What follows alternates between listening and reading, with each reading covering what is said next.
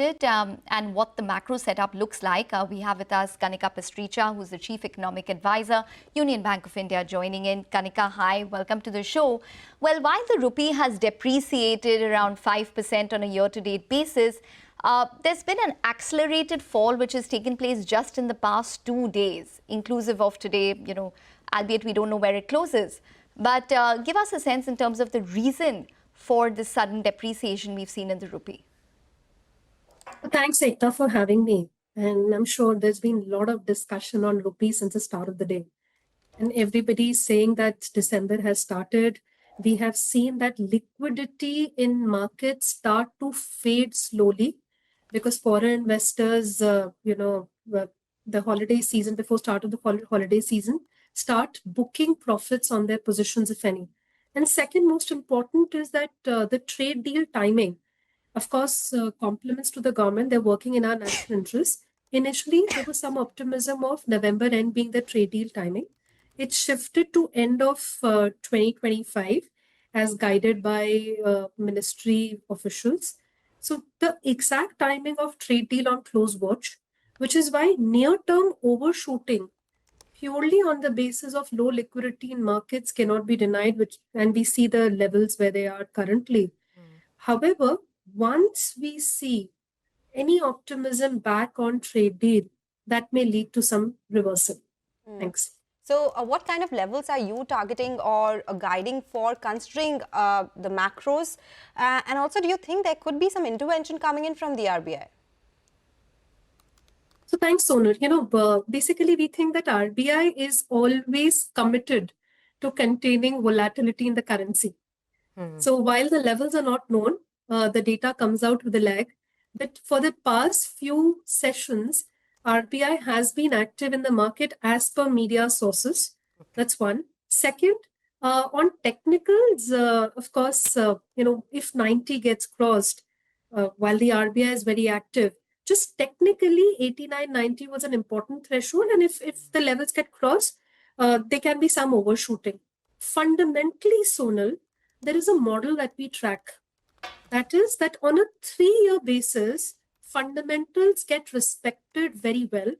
And a 3 to 4% average annual depreciation is seen in the rupee on a 3-year basis. Now, the 3-year cycle was FY21 till FY24, where we saw around 10 to 11% depreciation in the rupee, moving from 75 to 81, 82. Now, the next cycle has started.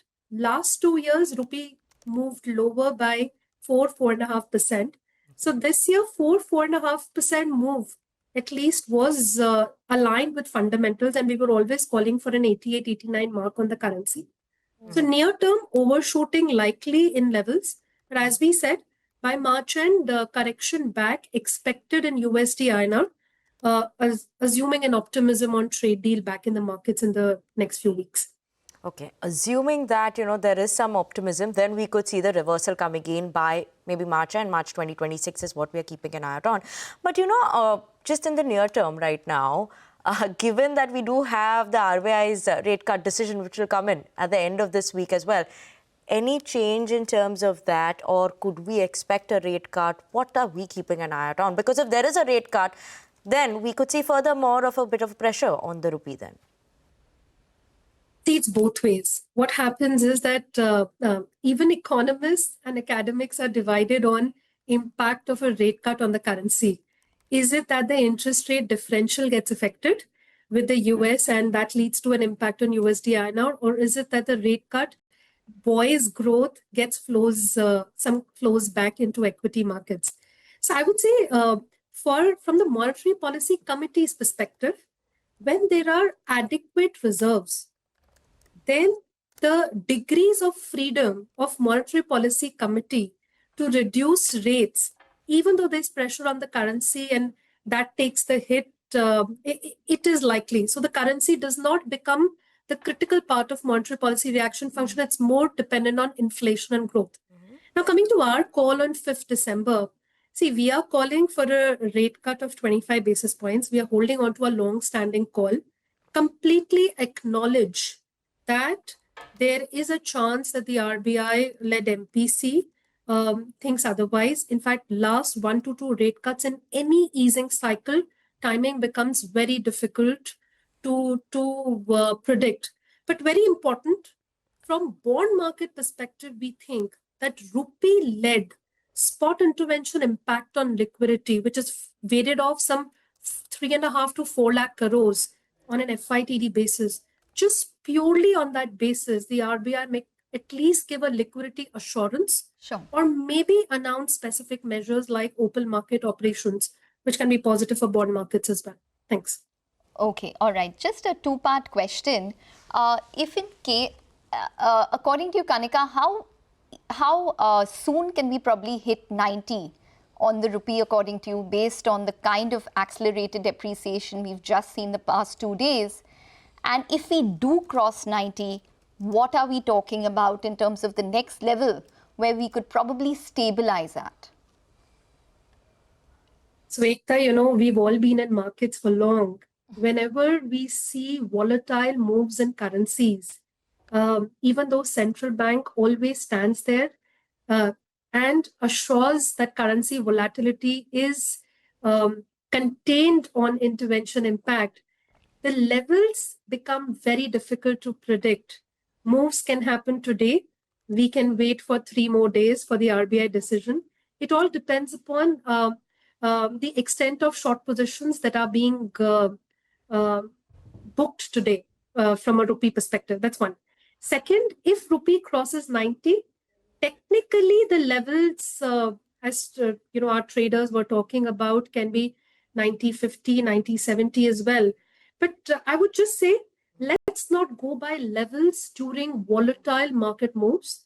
Yes, the near-term overshooting trend is at play.